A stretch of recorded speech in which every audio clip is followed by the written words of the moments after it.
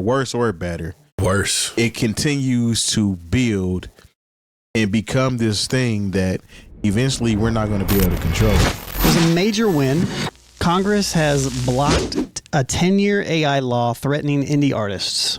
Curtis King's going to talk about it real quick. Shouts to Curtis for covering this, and then we'll talk about it a little bit further and what it means. The U.S. Senate dealt a blow to the technology sector early on Tuesday, voting 99-1 to strip a provision from President Donald Trump's economic package that would have prevented states from regulating artificial intelligence for a decade. They's finna be riding dirty for a decade. The rejection signals a victory to creative industry groups that have campaigned against what they see as an attempt to shield AI companies from accountability when using creators' art and music to create AI models.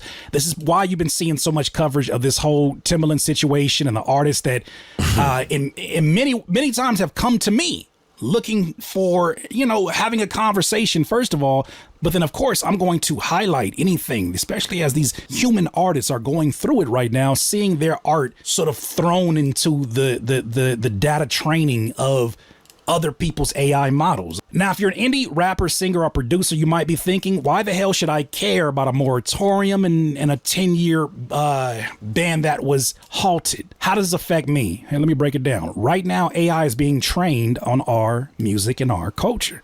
Our voices, our cadences, our beats, and in many cases, it's being trained using the actual recordings, master recordings, lyrics, and sound libraries created by real artists without permission, without credit, without a dime, going back to the creators. We're talking about AI being able to mimic your voice, replicate your drum patterns, generate lyrics in your style, and put it all together in seconds.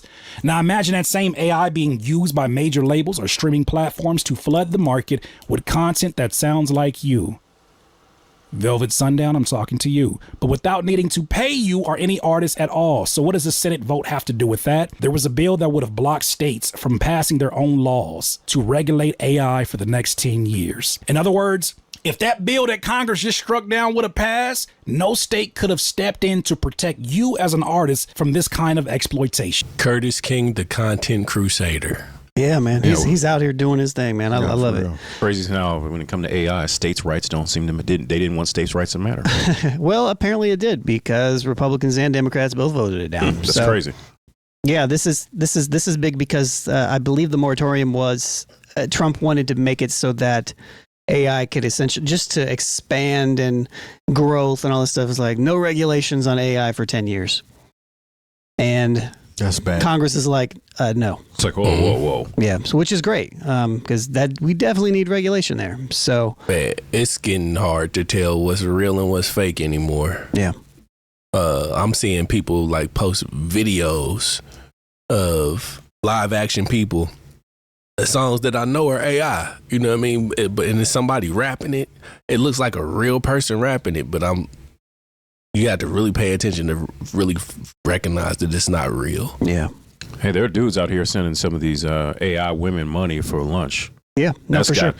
Pimp C would be so disappointed in y'all. I think all of us have seen how quickly AI and what it can be used for has moved. Mm-hmm. I remember one of the first times we even talked about AI. It was when it was the type in and have Drake rap about something that you want to rap about, and it's still very stilted and you're like, okay, that's clearly some bullshit. Not bullshit, but it just was something that is not organic. Here's something I can do. Yeah. The next thing that you say, you're gonna sound like Jay-Z. Wow. Yeah.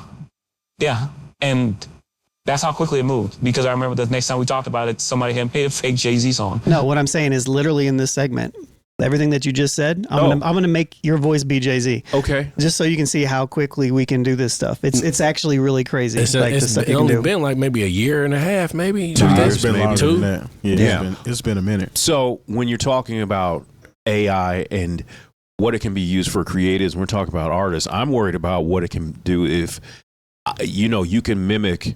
I don't have any children, but if I had a kid and you could mimic my child's voice, or a child or somebody could mimic a parent's voice and say, I need you to come here instead of getting on the bus to go to school. Those are the things that I am just as worried about. The level of fraud that can come into play with being able to use not only audio, but images, because now there's somewhere where, you know, I'm able to get on voice chat or not voice chat, but whatever, FaceTime rather. And someone will say, oh, okay, well, I saw you called me on FaceTime and you said you needed $1,500 and I sent it to where you asked me to send it to.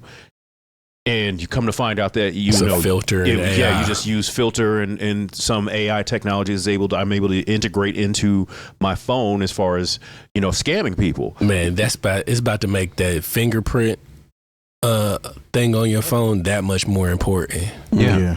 And so now we're talking. I'm not just talking about creatives and them being protected. I'm talking about the general public. It needs to be.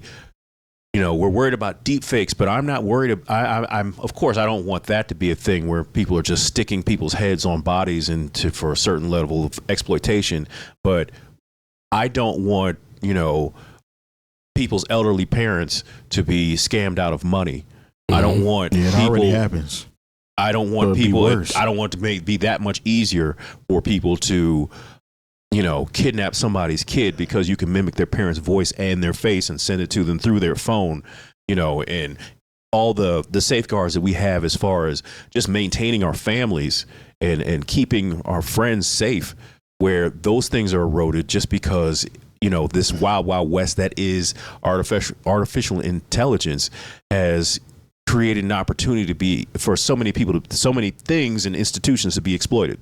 Yeah, this is, at the end of the day, a win for humanity.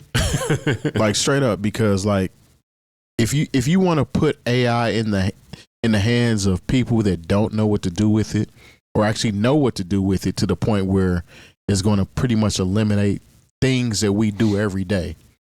Imagine what it would be in 10 years. Like, we had this conversation a couple years ago about AI, and we see where it is now. So let's give it another 10 years from now. Yeah. Imagine where we would be 5 with no regulations. That's the key word, no regulation. Yeah. Because people are going to do it regardless. But if people are able to do this freely and be able to get away with it, especially from an artistic point of view, people are going to be out of work a lot faster and a lot more readily than they are now. Yeah. Because it's what Timberland is doing is wrong in so many ways, and I don't care what anybody says as far as it. You can use it as a tool to be creative and blah blah blah. You are literally taking jobs from people that didn't get to experience the artistry that you did. It's robbing people of that so that you can continue to feed your beast. It's almost like a Shell Sung type thing. You're sucking the soul out of everybody, putting in this AI generator, and then you're putting it out on your own.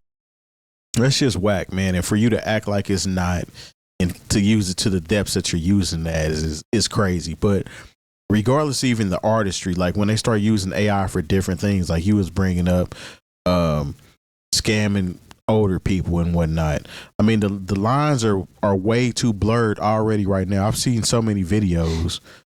Like my wife sends me stuff all the time, and I'm like, that's not real. Yeah, it is. I'm like, look at it. It's not real. Somebody posted a story about Shaquille O'Neal and Michael Jordan helping with the Texas relief, and it showed them in a boat. It looked just like them going down the river helping people. I'm like, that's not real. I'm like, Yes, it is. yeah. But that's what we're going to be talking about. Exactly. No, it's real. I've seen it. We have to continue to do that. And you have to almost have AI goggles on at all times to be able to differentiate Like exactly what's going on. Yeah. I think part of this is that when we talk about regulations too, because this is just saying that states have the ability to regulate stuff independently, right? But I think what one of these things might be is if you want to utilize or you want to create something that is made with artificial intelligence, there needs to be something in there that says that it is. Some sort of watermark, tag, or some sort of disclaimer so people understand what they're doing. I think the challenge becomes how do you manage that on social media? How do you manage that on like YouTube? The more stuff that I learn because I kind of ignored AI for a while, but I've been kind of paying a lot more attention to the different tools and features and stuff lately. And man, this is growing so fast. And once you're able to seamlessly do audio, video, and imagery and text all together at the same time is going to be pretty crazy. Yeah. So, And it's actually, I don't know if y'all been reading the stories of how the AI actually works and how it creates this stuff, and it uses a lot of water. yeah. Evidently. Yeah, Yeah. to keep the servers cool. Yeah, so essentially it's drying up a resource. Yeah, it is. Yeah. That's the ethical issues that, yeah, something's going to have to be done about that, you know. It's a real drain on our ecology. Yeah. And that's because it's not being put back in the atmosphere in order to be recycled. mm-hmm. Yeah.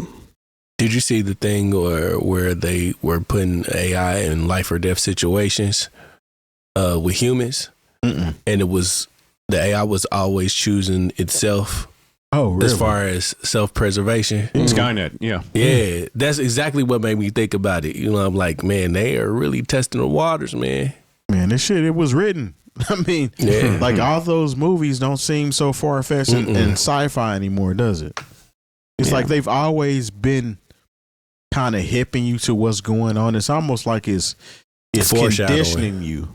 It's like, okay, so this is can't happen. So when it starts happening, it's kind of like, well, it ain't gonna happen like that. So this is kind of cool because we can use that, and it continues to just get better, well, worse, however you want to look at it, worse or better. Worse. It continues to build and become this thing that eventually we're not going to be able to control. How can AI be used to help?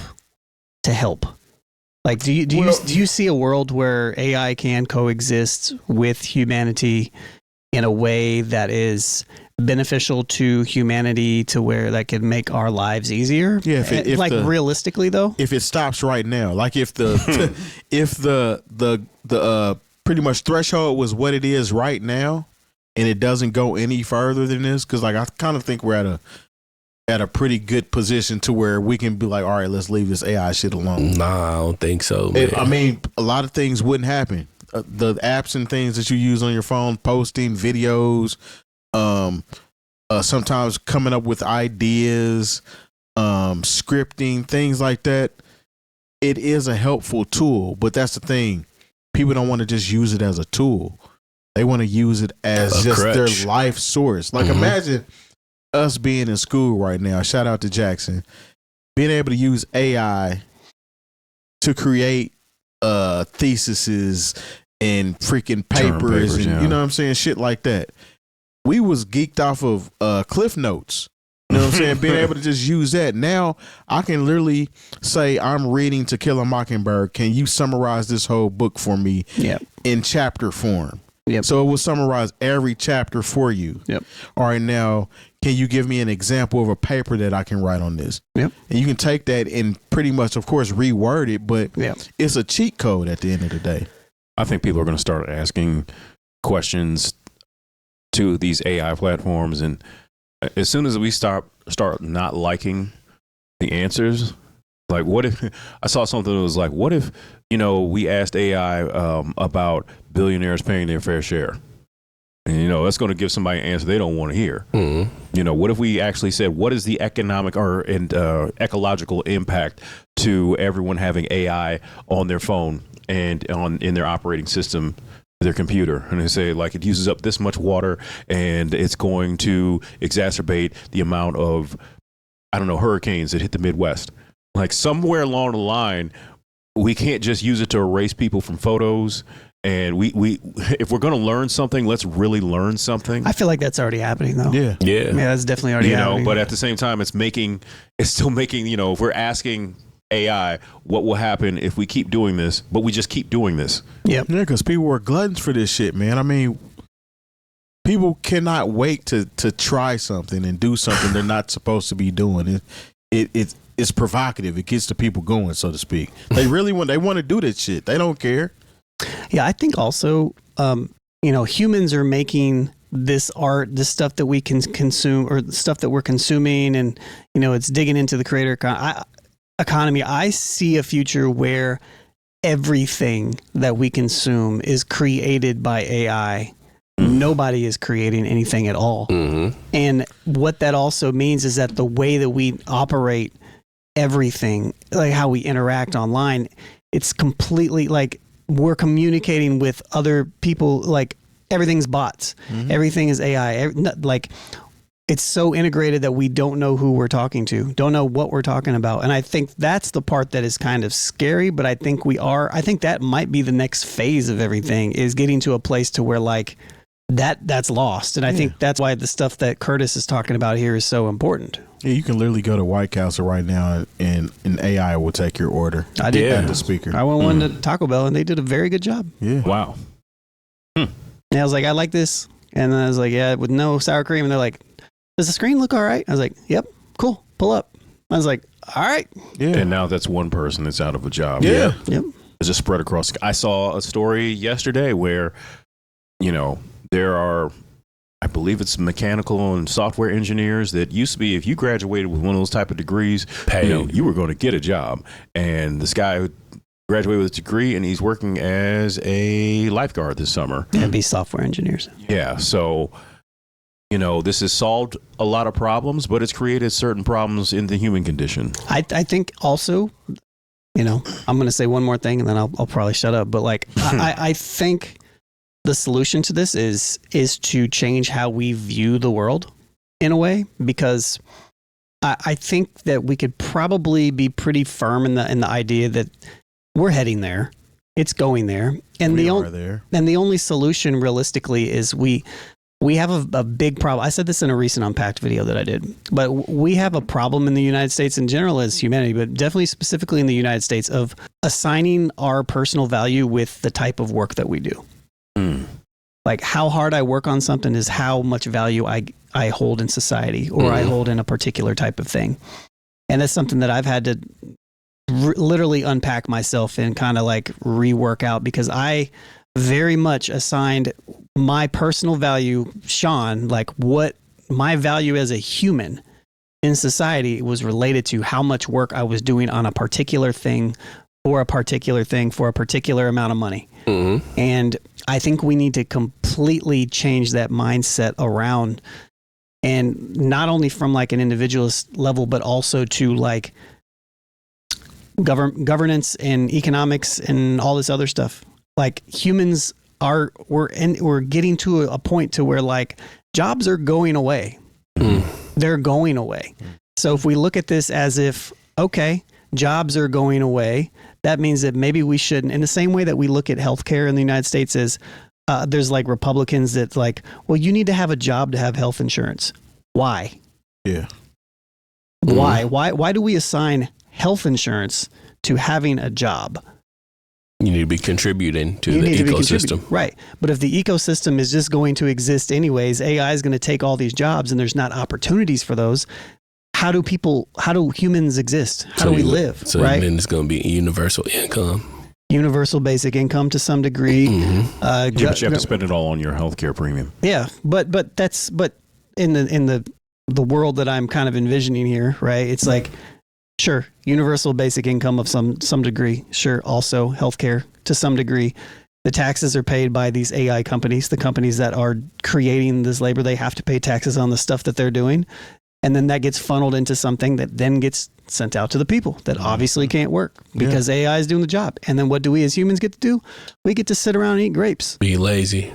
Be like Ready Player One and freaking modules. Or at the same time, or like Wally. Yeah, but that's one way. But another side of that is we just get to spend time doing the things that we want to do. Yeah.